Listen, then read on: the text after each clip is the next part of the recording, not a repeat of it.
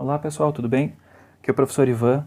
Dando continuidade ao assunto de limites, né? Nós vamos ver hoje as assíntotas verticais e horizontais, né? O que é uma assíntota? Né? Nós temos algumas situações, né, em aplicações práticas, quando o gráfico ele se aproxima de uma reta, né? Por exemplo, quando você tem o limite do x tendendo a determinado valor, né? O gráfico ele torna-se praticamente uma reta. Nessas situações, nós dizemos que temos uma assíntota, tá certo? Como que funciona? Vamos pegar aqui primeiro as assíntotas verticais. Assíntotas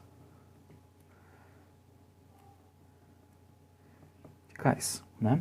Se a assíntota ela é um caso onde o gráfico se aproxima de uma reta, né?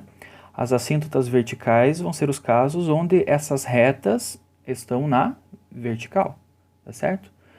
Como que a gente vai identificar, né? No caso dos limites, nós vamos ter a seguinte definição, né? A reta x igual a, ela é uma assíntota vertical, né? Nós vamos ter uma reta x igual a, ela vai ser uma assíntota vertical da função y igual a f de x, né? Se pelo menos uma das afirmações abaixo, né, for verdadeira. Então a primeira afirmação seria que o limite de x tendendo a um valor a pelo lado direito da função f de x fosse igual a mais infinito, né?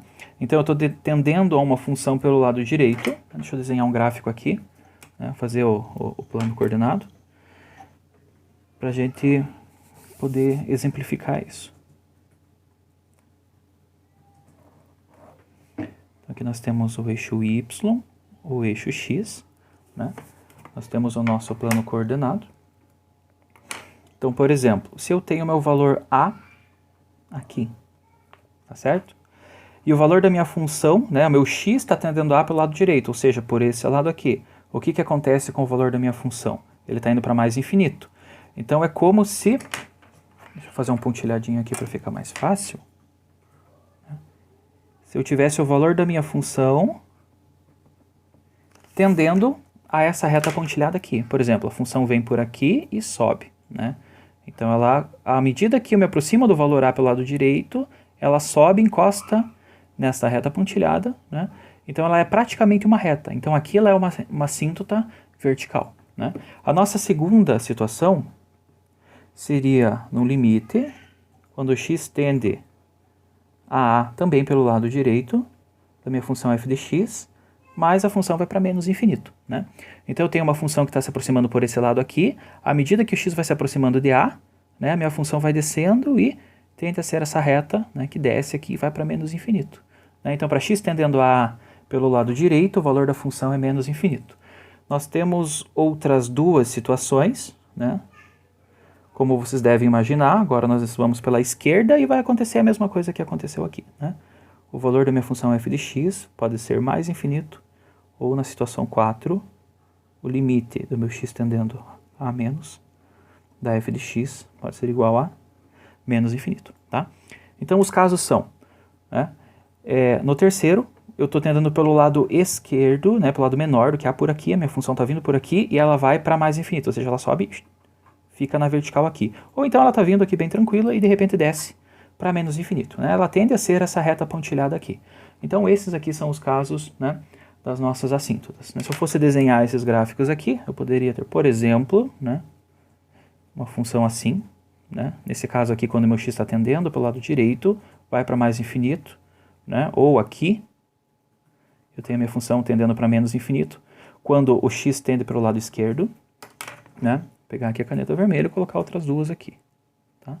Então esses aqui são os quatro casos, né, que são ilustrados aqui nessas quatro alternativas. Então sempre quando a função, o valor de x tende ao valor a, ela ou vai para mais infinito ou para menos infinito, tá certo? E isso que é uma assíntota vertical, tá?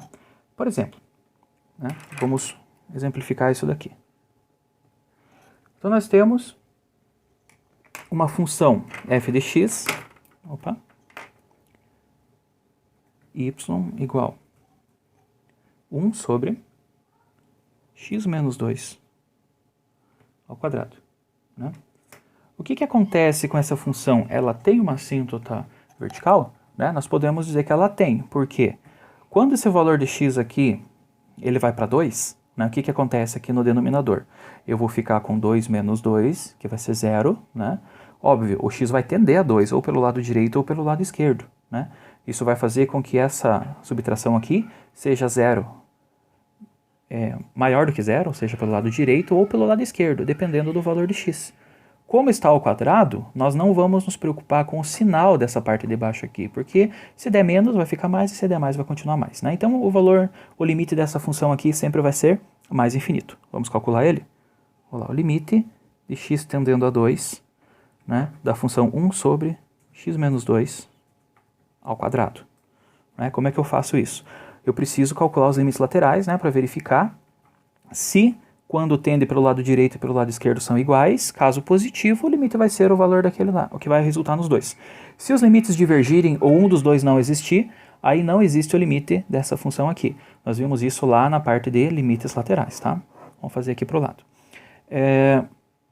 Vamos fazer lá, limite de x tendendo a 2 pelo lado menor do que 2. 1 sobre x menos 2 ao quadrado, né?